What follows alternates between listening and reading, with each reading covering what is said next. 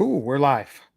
All right, guys. Appreciate everybody for tuning in tonight. If you would, please give this stream a like. Please share it on social media. If you're new, subscribe. Make sure you hit that bell notification so you don't miss an upload, a live stream, a video, etc. We are 7 days away from the election. I got a special guest with me tonight. His name is Christopher Wright, conservative in New York. It's been a long time, man. Haven't talked to you and seen you in a couple years, but I've known this man since 2017, 2018, whenever we went to DC for the Young Black Leadership Summit. This guy is a patriot in New York. So without further ado, Chris, how you doing, man? Yeah, man, we go back, brother. Young Black Leadership Summit, man. We go back like 2016, 2017, man. Yeah, I'm doing all right, man. I'm hanging in there. You know, I'm a black conservative in New York, man, not vaccinated, mandate, situation, all that situation, that whole dealing with all of that nonsense in New York. I made it through that, and that was a whole situation in New York. A record number of people left New York, went down south and all over the country after dealing with that. But I stuck it out, and it was hard, man. It was very tough, here in New York, man, for a lot of people. And and I was able to get through it, luckily, by God's graces, man, by God's good grace. And I'm here standing, and I'm ready to fight, man. Like Trump said, fight, fight, fight. So I'm here ready to go. Heck yeah, man. All right. Well, I got to ask you this question, man. This is the elephant in the room. This is the first thing I need to ask you, man.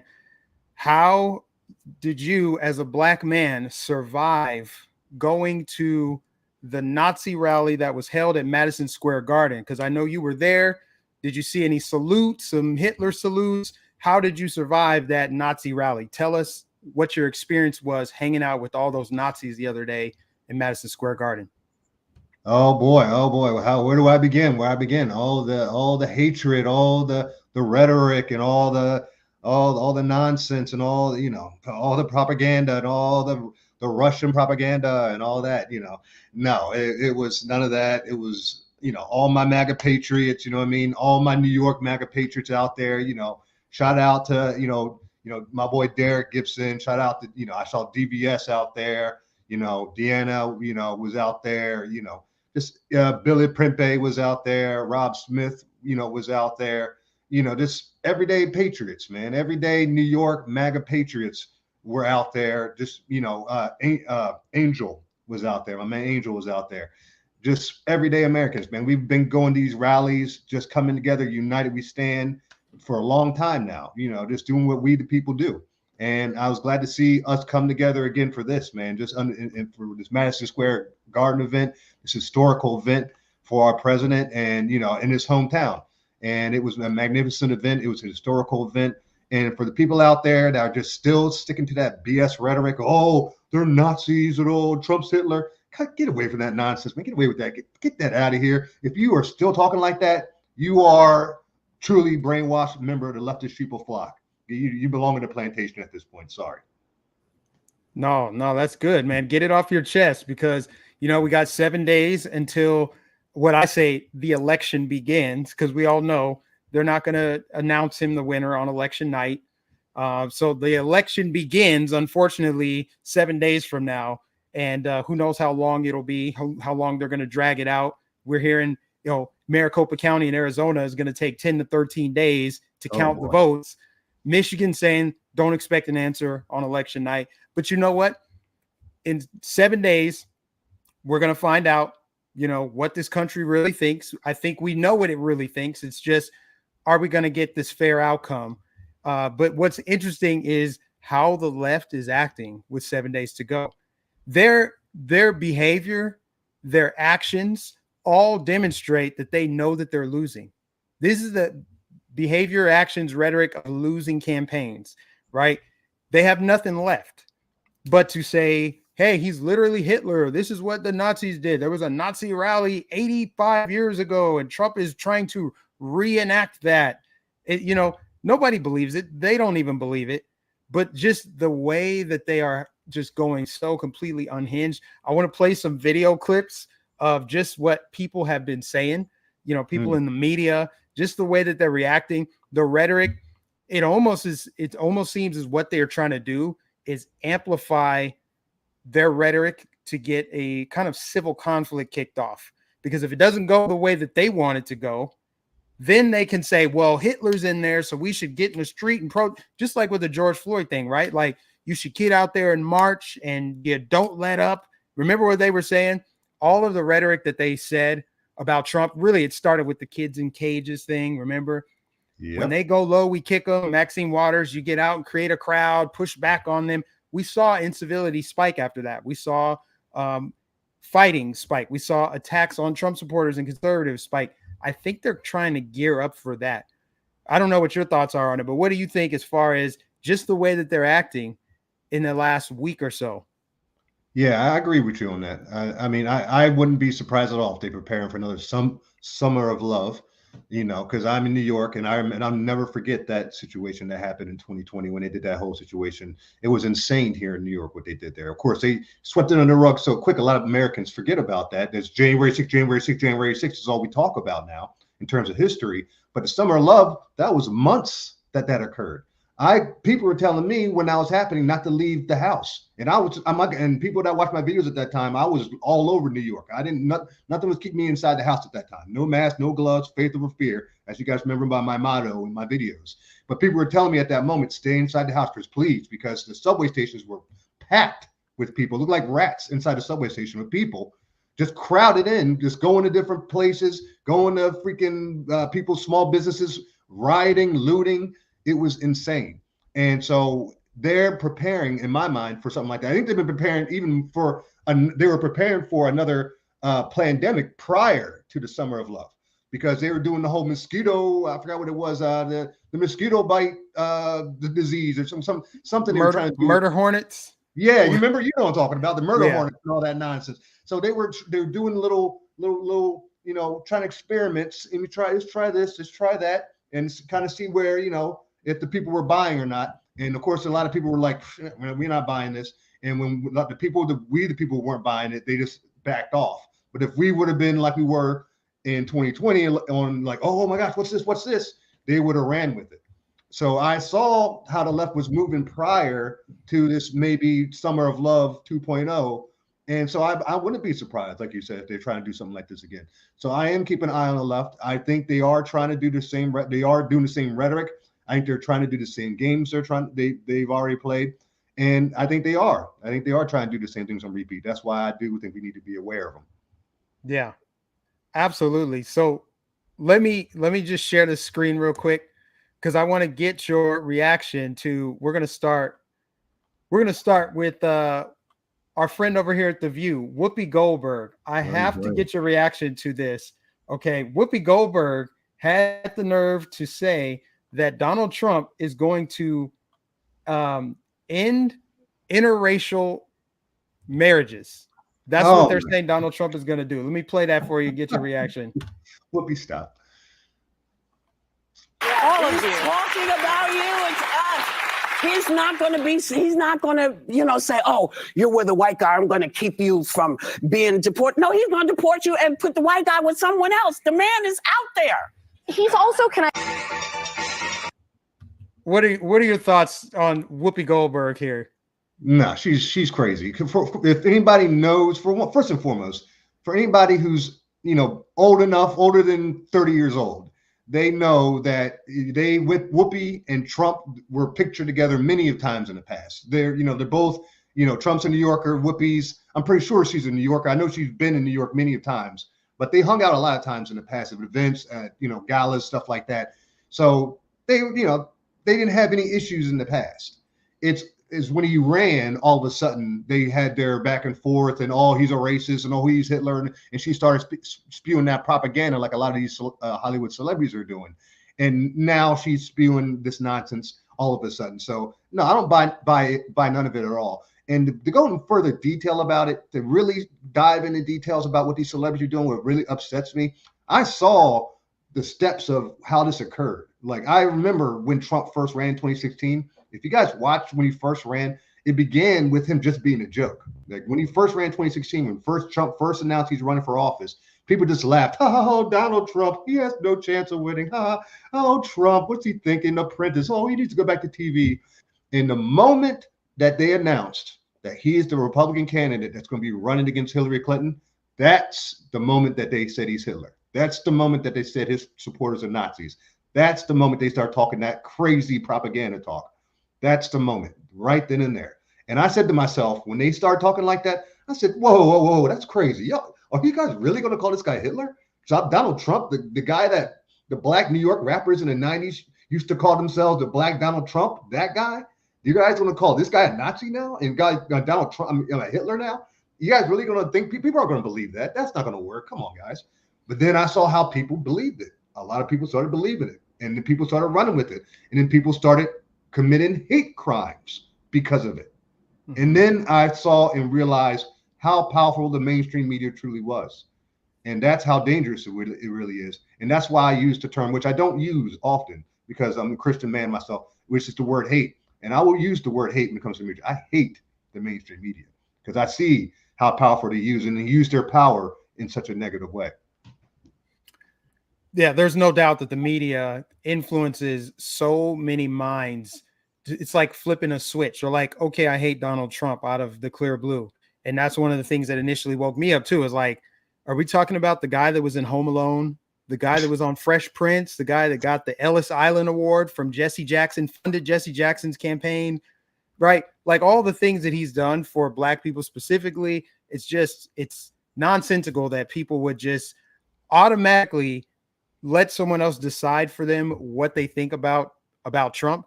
And, the way that they're talking about this so-called Nazi rally at Madison Square Garden, where they had, Black people, Asians, Hispanics, immigrants, people from all walks of life. I'm pretty sure, not to mention they had Jewish flags hanging in there too.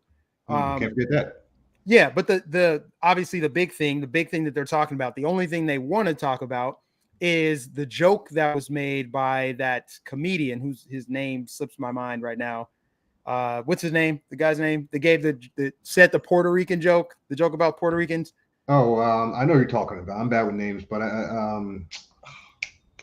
I just had it in my head too. Somebody could put it in the chat if they it's on in the chat.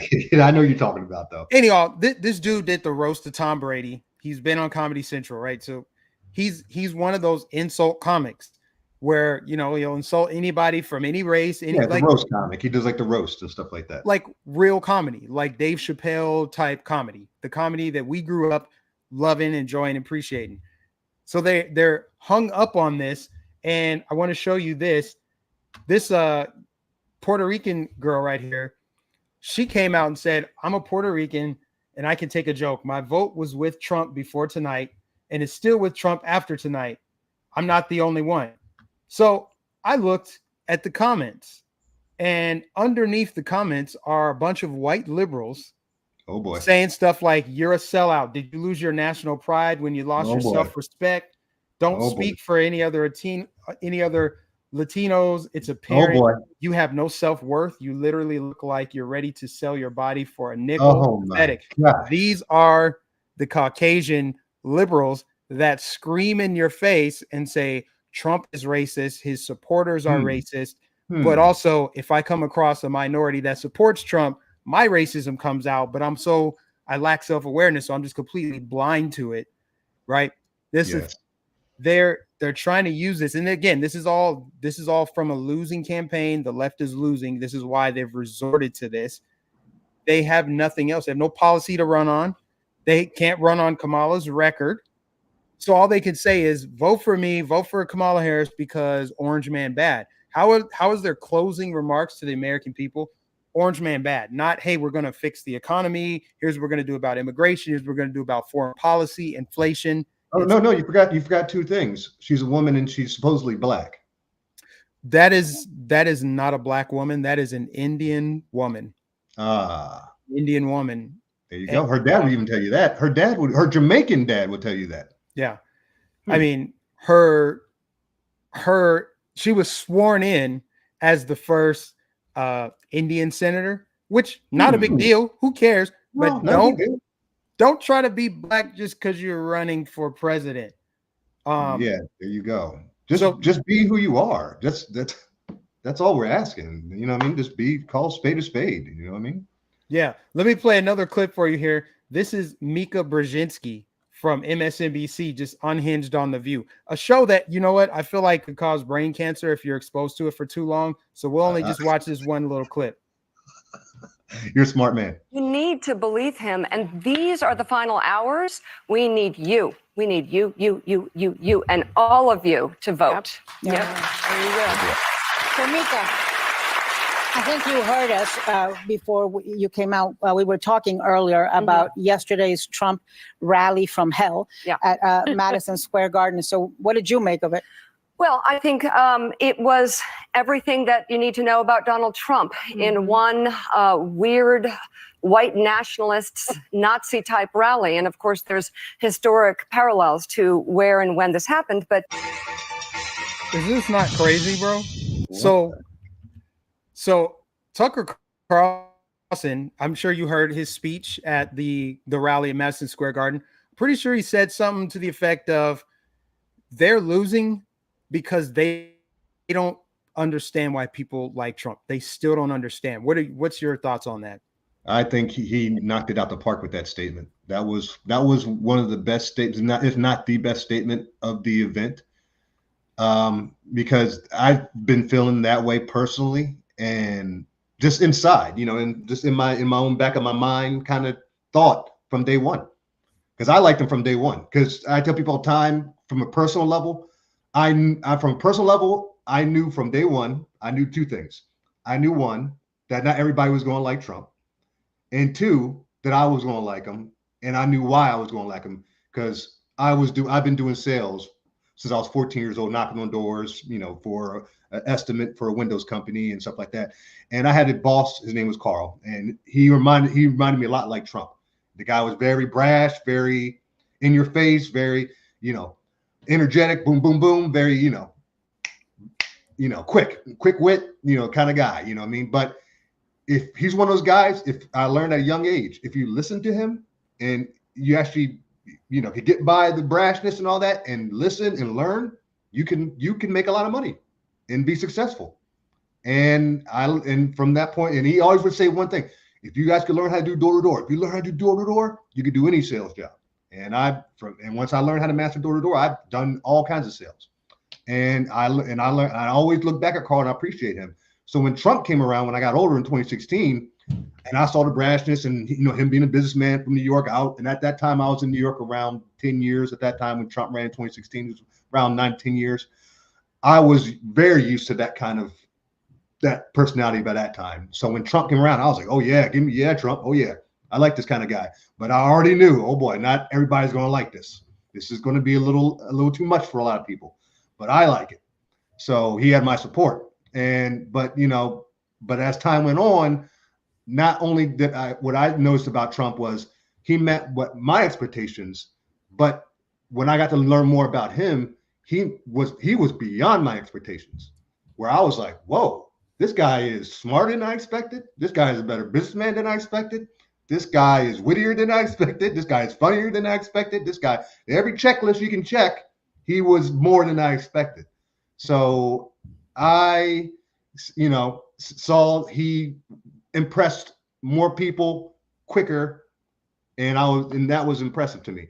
And what frustrates me is when you see like the Nita Brzezinskis and people like that who are still trying to stand on that foolish far leftist hill of, oh, this guy's a Nazi, oh, this guy's Hitler, and there's no coming back. And there's and you see leftists like on the mainstream media mainly who are like that. And you see the right, and I'm in New York, you see the radical leftists on the streets who are like that, who are like the no hope leftists, who are, green hair and, tatted up from head to toe with earrings all over the place. And, you say one word and like, and, you see a red hat and they start, pounding their fists on the street or something like that, people like that, where it's like, do they even have a hope? You know what I mean? But, and so that's the question that you have is, do those people, have a hope? Will they ever see the light? But I think more Americans now than I've ever seen when it comes to Trump are seeing a light when it comes to him, especially in 2024.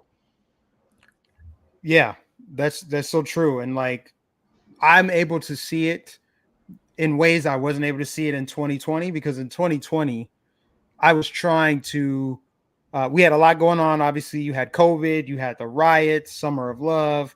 Everything was crazy in the world that year. And I was doing my best to try to get people to see what was actually going on, that there's a bigger agenda outside of, politics even. And I felt like it was falling on deaf ears. But now I can't even tell you how many people, even here in Minnesota where I live now, have come to me and they're like, you know what? I grew up a hardcore liberal. I hated Trump in 2016.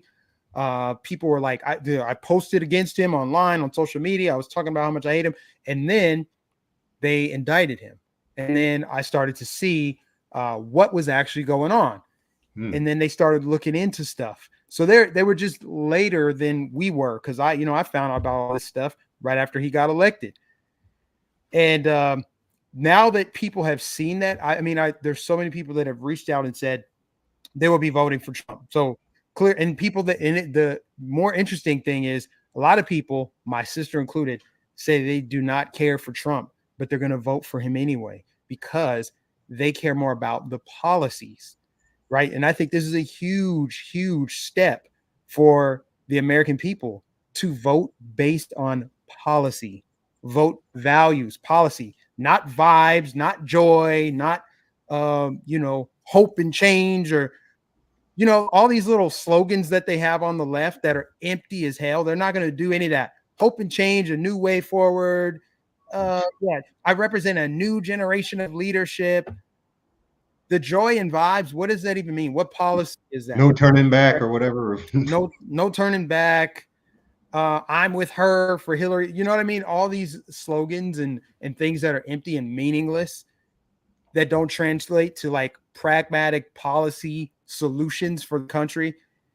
People are starting to see that and they're voting accordingly. So I think that's huge because, as I said, the left, they have nothing else except for to call Trump Hitler. It turns out when you call someone Hitler every single day for 9 years, it has diminishing returns. It means less and less every time you say it, to the point where people are just like, yeah, they're just tuning it out. Like, yeah, you said he's going to be a dictator on day one. Well, he already had day one, and that was in 2017 when he was inaugurated, and he didn't do it then. So you're telling me he's going to do it now? And not only that, they're bringing up these ridiculous lies that are so hard to believe. Like, they're not even making them believable. They're just going the extra mile, like Whoopi Goldberg saying, oh, yeah, Trump is going to end interracial marriages. He's going to send the women out of the country. Like, you have to have like a double-digit IQ to believe that. And the way she said it, she obviously thinks her audience believes it. So she insults the intelligence of the people that watch her. And you know who's getting this. And it's funny that you brought your sister earlier. And you know, a community and a specific group in the community who's feeling, to me, the most insulted from the media and the propaganda being spewed. And I really saw it firsthand, right in my face, when I went down south, and I spoke with a lot of these individuals, just walking down the street, going to different stores, and just speaking with people. Is black men. Black men are very sick and tired of the nonsense, man. I got a friend of mine, Derek. We would go, to different stores, and he's a guy that, he talks politics everywhere he goes. So everywhere we go, and he's a Trump guy. So it's Trump, Trump, Trump, Trump, Trump everywhere, every fast food, every Walmart, JCPenney, whatever we go, it's Trump. And anytime we would do that in the past, you have to look over your shoulder or, be aware, okay, be careful, but this is the first time we were doing it. And we were getting, I'll say 90% of people saying, hey, man, I'll tell you what, man, I was making more money when Trump was president. Hey, things were a lot easier when Trump was president. Groceries were a lot cheaper when Trump was president. Things were a lot, better when Trump was president. And it was a lot. And it was mainly black men who were saying it. So to me, I tell people all the time, and I've been telling quite a few people this, I think Trump is going to win by a landslide. Of course, the things are fair, guaranteed. But I honestly think it's going to be too big to rig. And honestly, even with it being too big to rig, he's still going to win by a landslide. And I think he's going to be the first Republican to win the popular vote in decades. And I think the reason why is because black men are going to come out in droves. And I think black people in droves, but I think mainly black men. And I think this is going to be something historical, and it's going to change the what's the word I'm using? The atmosphere, the future of politics in America in a way. And MAGA is going to be that change. It's going to bring that wave of change, and it's not going to be, and it's going to be needed. I mean, that's the Republican Party. The Republican Party was created to free the slaves. And I tell people, and I'm in New York, and I tell people all the time, man, like it confused me when I got more involved in politics in New York in the Republican Party. Like, how do we get to the point where we got to just drive Rhino, Mitch McConnell, Lindsey Graham? You know, when Trump first won the presidency in 2016, I was going to Republican clubs here, and I wasn't allowed to wear MAGA hats. They were like, no MAGA gear, no MAGA gear. And I'm like, I thought people would be happy celebrating that Trump won. You know, he's a New Yorker, a Republican won the presidency. They were like, they hated it. They hated that here.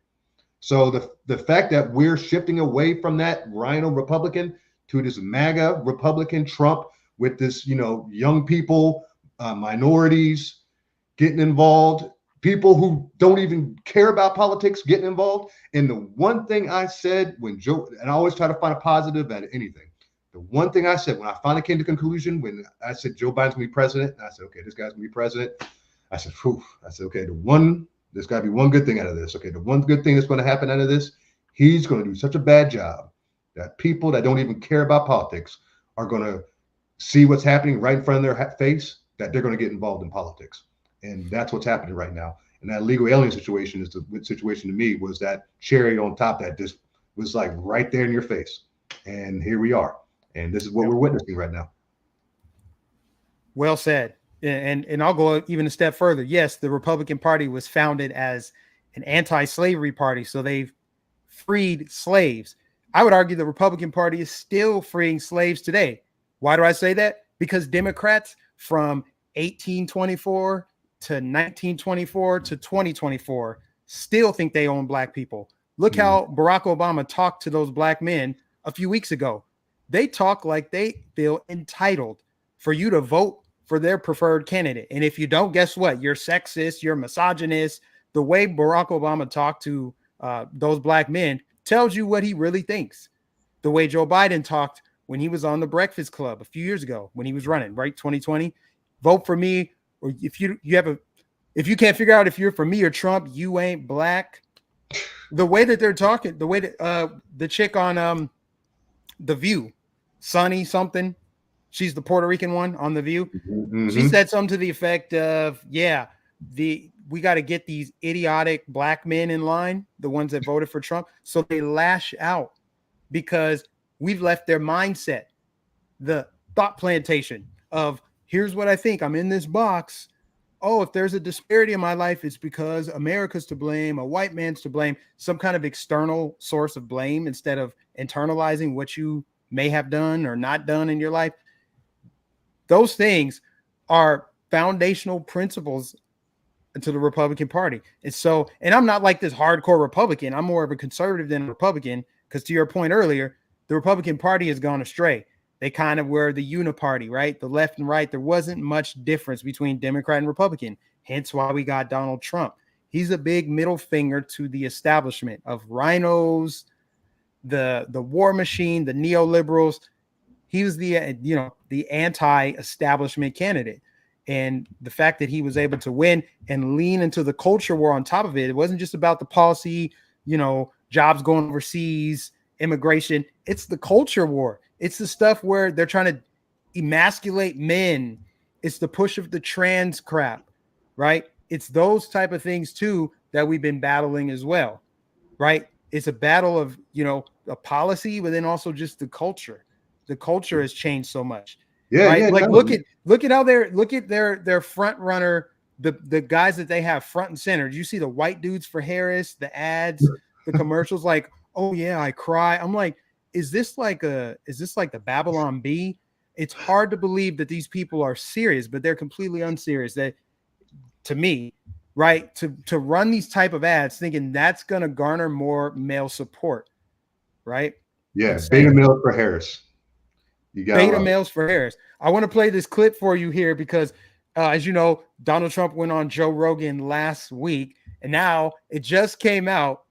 Yeah, because he went on Joe Rogan 3 hours. Last time I saw, it had like 37 million. It's probably going to surpass 100 million by the time we get to the new year, because that's going to get played a lot. Oh no, Kamala Harris, like Kamala Harris when she was doing an interview on like CBS, and they were saying how a Joe Rogan interview on alternative news platform quadrupled the number on a mainstream media platform for the first time in the history of American history. So it's like that's huge for alternative news right there. Mm-hmm. Like, I mean, and hopefully that's going to be the future of this country, is alternative news slowly but surely taking over the source of information for the public. Yeah, absolutely. I mean, this is why they don't like Elon Musk, because he kind of opened up a new lane on the information highway. There's not a lot of censorship going on over there, which is what they want. They want to shut down, conservative voices, YouTube. They want censorship. They want to shut down voices that are oppositional to them. They're just trying to crack down on any type of dissent, right? But it's very interesting. Trump goes on Joe Rogan.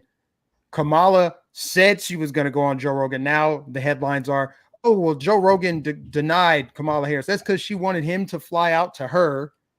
She didn't want the Joe Rogan experience. She wanted him to go out there. She had all these rules and stipulations. But it's interesting that she went on the Shannon Sharp podcast. I want to play a clip of that for you. Oh, I can only imagine. Oh, yeah, boy. Let me play this clip of you for you of her going on the Shannon Sharp podcast, and just the way that she talks to the listeners.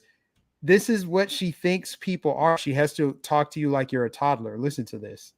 But what he would do that is about eliminating or reducing the ability of corporations to be required to pay overtime pay. So you could work and the corporations wouldn't have to pay you for overtime. Who work for free? That's right. And overtime means you are actually working a longer day, which means you are more tired, right? Which means it requires more exertion. That's why we have overtime pay. So you don't take advantage of workers. So yeah, she insults the intelligence of every single person listening, including the guy interviewing her, which she feels the need to explain what overtime is and how it works. What do you think?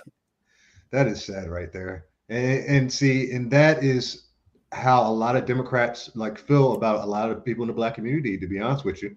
It's called low expectation racism. It's what it is. I noticed talking to a lot of just Democrats in general, doesn't matter the race. It could be Black, Hispanic, white, Irish, Italian. It doesn't matter. If they're a Democrat, a true Democrat, they're on that, I call it the high horse. They're on that Democrat high horse, and they're up there. I'm a liberal, especially a lot of them with college education, they got degrees or whatever. And they really, a lot of time, they're just way up there on that high horse. And you'll talk with them, and they just look down and talk down to you. And when you talk to them and they hear that you're educated, they'll kind of check themselves, and then, determining the kind of person they are is how they react from then there. I mean, I'm not saying everybody's the same on the left. Some people, react differently. Some people act with some respect, and they have they'll have a debate with you, and some people, act like bigger idiots depending on who you're dealing with. But it's something that's very, very common on the left, and they're so quick to talk about people on the right. Oh, people on the right are racist. They're Nazis. Oh, they're bigots. How could you be like you saw with that Hispanic girl? Oh, how could you be a Republican? They're all hateful. They're all Nazis. They're all da. But it's like, I've been a Republican since 2016. The first time I voted Republican was for Trump. I've yet to, I'll be honest with you, this is totally honest. I've yet to deal with racism on the right. Nobody's been racist towards me on the right. Nobody said anything, no racial slurs for being on the Republican side. And this is being totally honest. I've been at rallies. I've spoken at rallies. I've done podcasts. I've been on podcasts. I've been on for podcasts with over millions of views on Vice and all. I've been on left-wing podcasts, right-wing podcasts as a conservative. Nobody on the right has given me a hard time. Now, people on the left, I've dealt with racism, yes, from Democrats. Yes, I've dealt with racism from low expectation racism is what the specific term of it is. Yes, I have. Very common. So common, I can pretty much write a book on it. So common, I can school 1 trillion leftists if they act like that towards me. I know it when they come at me with it, it doesn't even faze me anymore. It doesn't even get me. They want from me. They do it. They get a reaction out of me because they know they're being racist, because they're not stupid. They're not stupid people. They're like because they know they're not stupid. They know they're being racist. So they're going to do a racist quote, but not in a way that's brash, but low key. That's why it's low expectation. But they want to get a reaction out of me, so they say a racial term. But I won't give them what they want, which is that reaction. I just give them a calm, like, okay, let's talk politics still. Okay, that's all you got? You know, I still school you. You're being a racist? Okay, big deal. All right. And they're like, well, I'm not being racist. I'm just saying you're being a coon. No. Okay, all right. You're saying not being racist. You're a white man telling a black man he's not acting black enough. What's that sound like? And they, yeah. And then they think about it. And either they double down and get more foolish and ignorant, or they shut up. Usually they just shut up after that.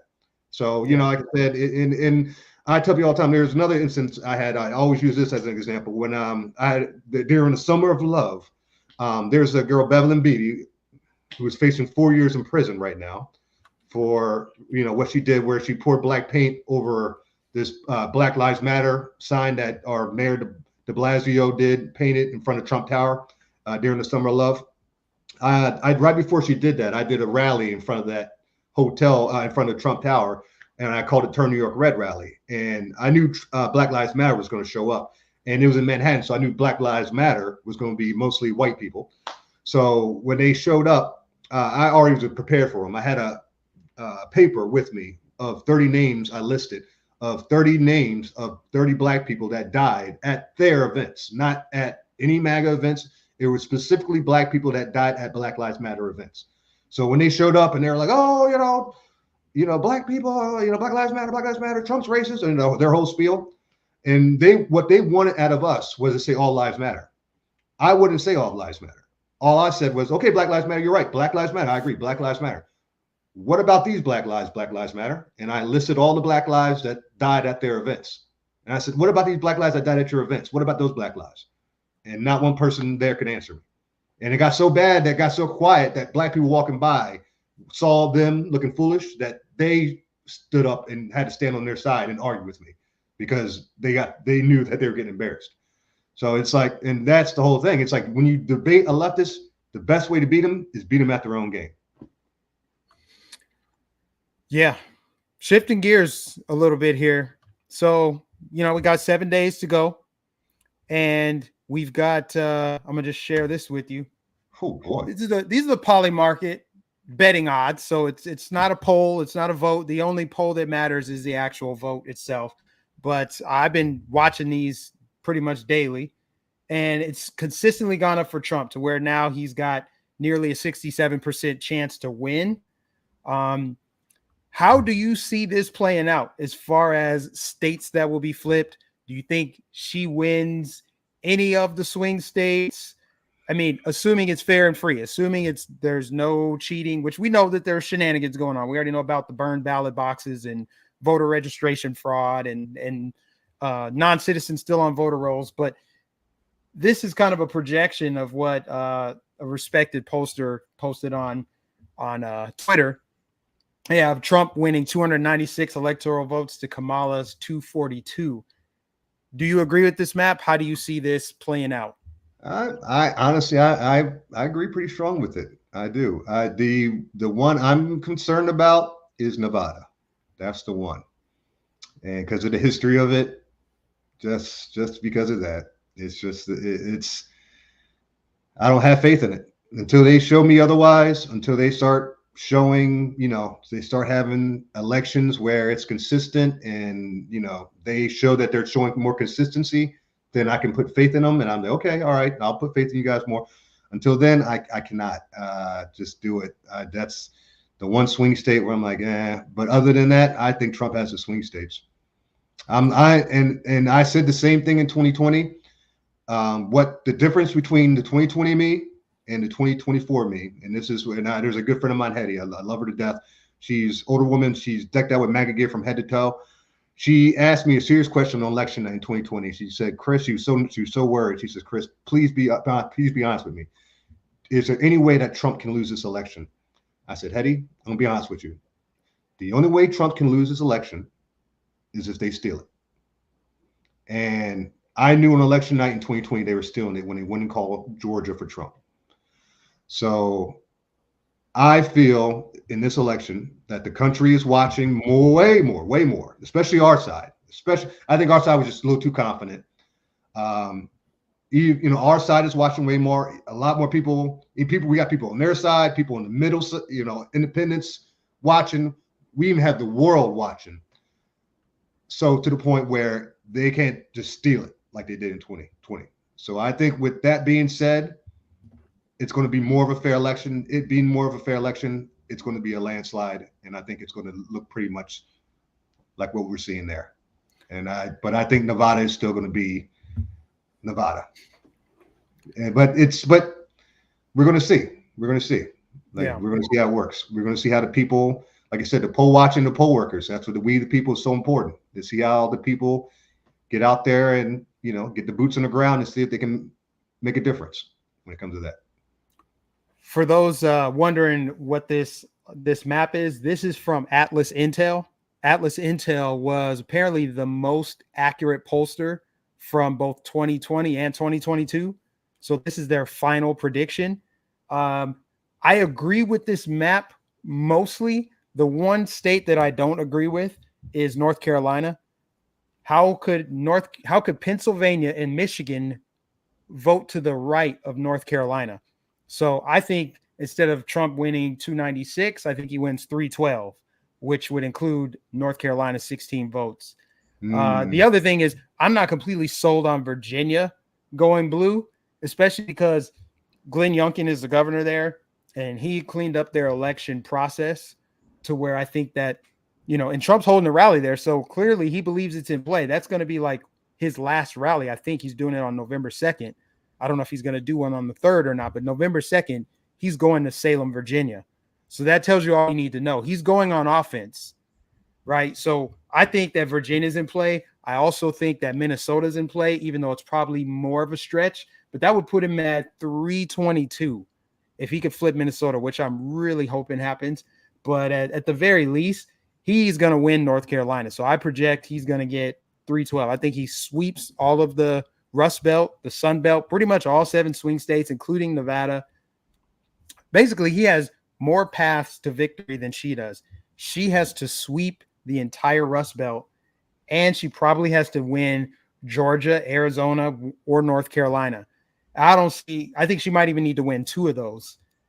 And, I don't see either of those going for her, especially because she's doing worse than Biden. How is it that in Minnesota, where her running mate is from, she's doing worse here than Biden was 4 years ago? Wow. Biden won Minnesota by like 7 points. Well, you know what it is, in my opinion. And this is why she'll be a world, and not just her, just not to be a sexist. A lot of the Islamic community is where in that state of Minnesota.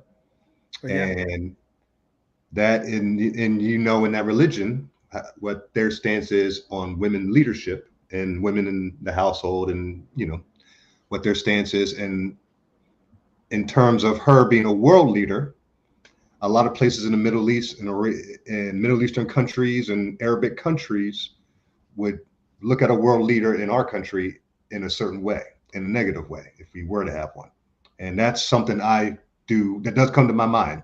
I'm not saying that would not that would prevent me from voting for a woman, but that is something to consider.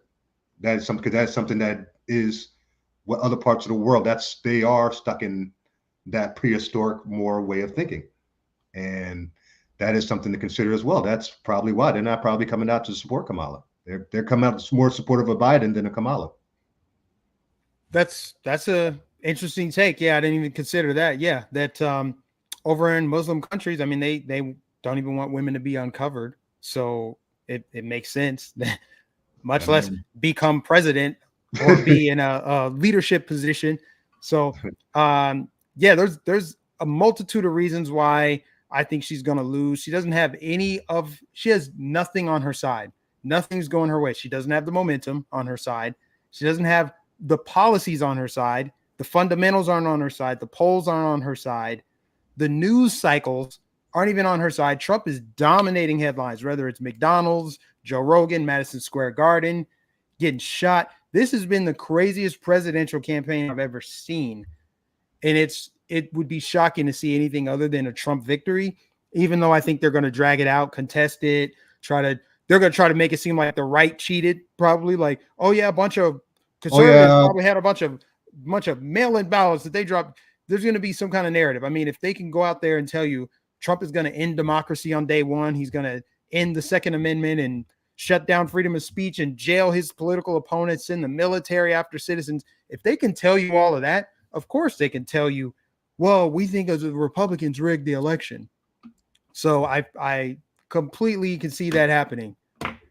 I mean, look what he did with 2016 to the man. I mean, the whole Russian dossier was insane. I mean, the fact that I tell people all the time, when Trump first got elected in 2016, I researched him enough to vote for him, but I didn't research, like, do the whole, like, study the man's biography or nothing, like, look at every fine detail of who the man was. So when they brought up the dossier, I said to myself personally, I said, okay, I researched this man, but I didn't look at every, fine corner and every, so maybe he did do something in Russia back. Who knows? I don't know. Maybe, who knows?